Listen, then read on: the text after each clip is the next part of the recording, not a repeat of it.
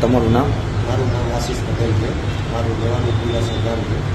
મારે આ મેટરમાં મારે 3 વર્ષ પહેલાં હું એક ઝલકબેન કરીને એના ભેગો મૈત્રી કરાર કરી રહેતો હતો, પણ મૈત્રી કરારને છૂટા કરી દીધા ધીરજ સિસાંગિયાના ત્રાસથી.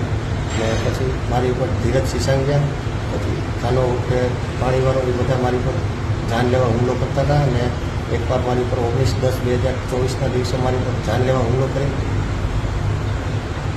અપહરણ કરેલું હતું ઝલકના કહેવાથી. અને પછી આ બધી મેં ગોંડલ તાલુકા પોલીસ સ્ટેશનમાં કીધેલું છે, અરજી આપેલી છે. પણ છેલ્લા 1 મહિનાથી મારી ઉપર આ લોકો એટલો ત્રાસ ગુજારતા હતા. મારે શાકભાજીનો થડો છે સળગાવી નાખવાનું કહેતા હતા.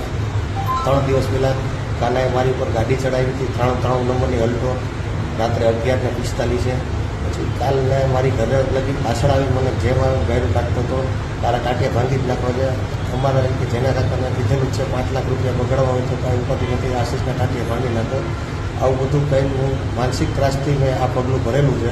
અને મને પૂરેપૂરો વિશ્વાસ છે કે ગોંડલ તાલુકા પોલીસ સ્ટેશન આમાંથી મને ન્યાય આપશે, એવી મને હું પોલીસ તંત્રને જાણ કરું છું કે ભાઈ આમાંથી મને ખરેખર ન્યાય આપો આ કાંડમાંથી, અને આવા ગુંડાઓને સખતમાં સખત સજા કરે. તમે અત્યારે રાજકોટ સિવિલ હોસ્પિટલમાં દાખલ થયા તો એ તમે શું કારણે દાખલ થયા છો? આ લોકોના ત્રાસથી અને સાહેબ આટલી બધી ધમકી આપતા હતા એટલે મેં આ પગલું ભર્યું છે. શું પગલું શું ભરવાનું? મેં પગલું ફિનાઇલ પીધી હતી સાહેબ. એવું છે.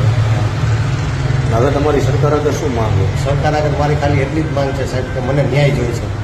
મેં છેલ્લે ગાંધીનગર લગી મુખ્યમંત્રીને ભૂપેન્દ્રસિંહ પટેલને પણ અરજી કરેલી છે આ કાંડ બાબતે 20/12/2024ના દિવસે.